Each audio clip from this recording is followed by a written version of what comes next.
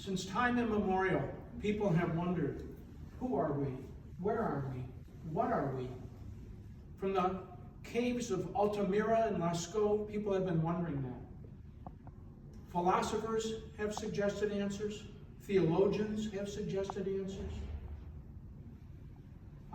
Musicians, artists, historians, and Socrates said about 2,500 years ago, know thyself. Now, he probably didn't speak English that well. He probably said it in ancient Greek. But we've been worried about that question ever since. And I think one of the best possible ways to know ourselves is to have and to use a facility such as this.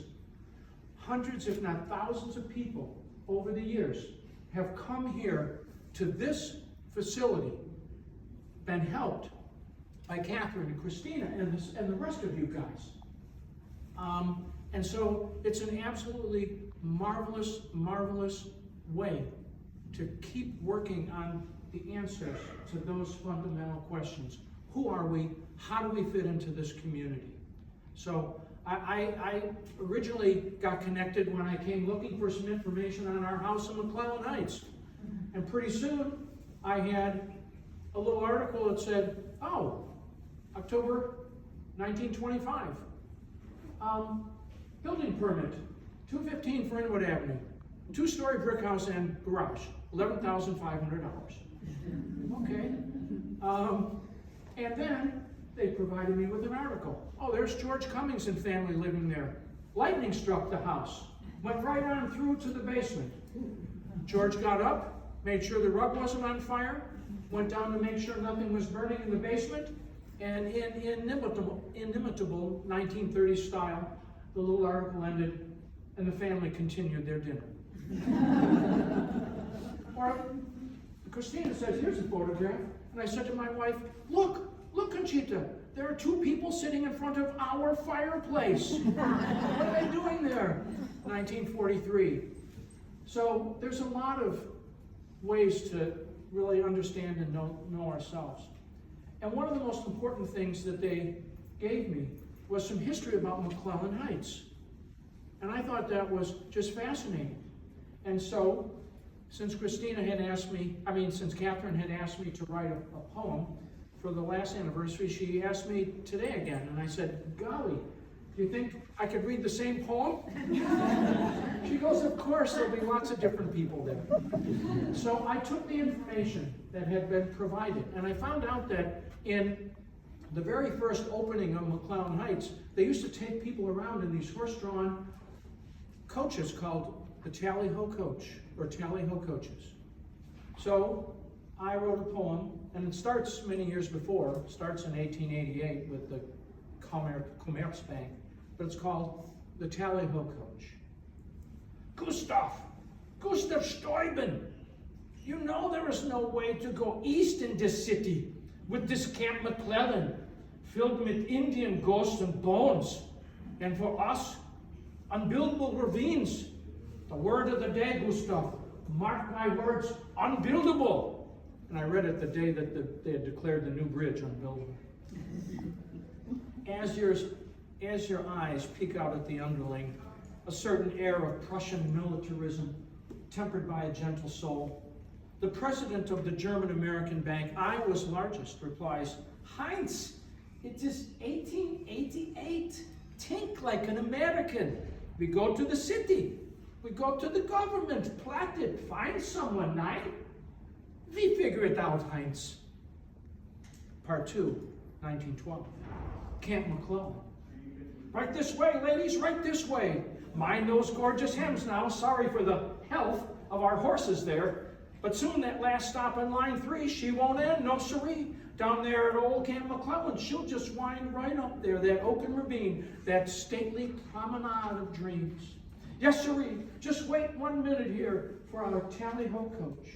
She'll be taking you round up there. Check out that lot 229, men. You'll be puffing on those stogies in earnest there in no time. I do say, this McClellan Heights last edition is the cat's meow. I say, this here, October 10, 1912's a day of history. For the Tri-Cities, a day of destiny. B, at the Putnam. You take the Mount Ida line. The Mount Ida line. You'll be up there in just no time, come rain or shine.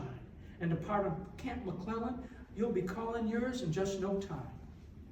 Part 3, 1917.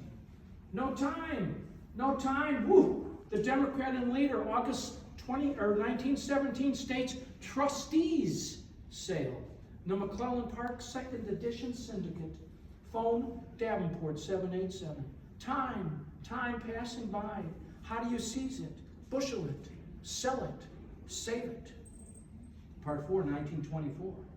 Now I know that you ladies like your men in flashy spats, but just you wait till see yours sashing up towards Locust in their dazzling new +4s. And speaking of new, see Hickory Line Fernwood Avenue, our newest street, like that new golf course, Duck Creek, where those oak line fairways are not for the meek. So time to buy, paving and all services to the curb. Isn't that the Broadway song of our lives? Shouldn't Al Jolson be belting it out? Paving and services all the way to the curb. So time to buy. Part 5, transition.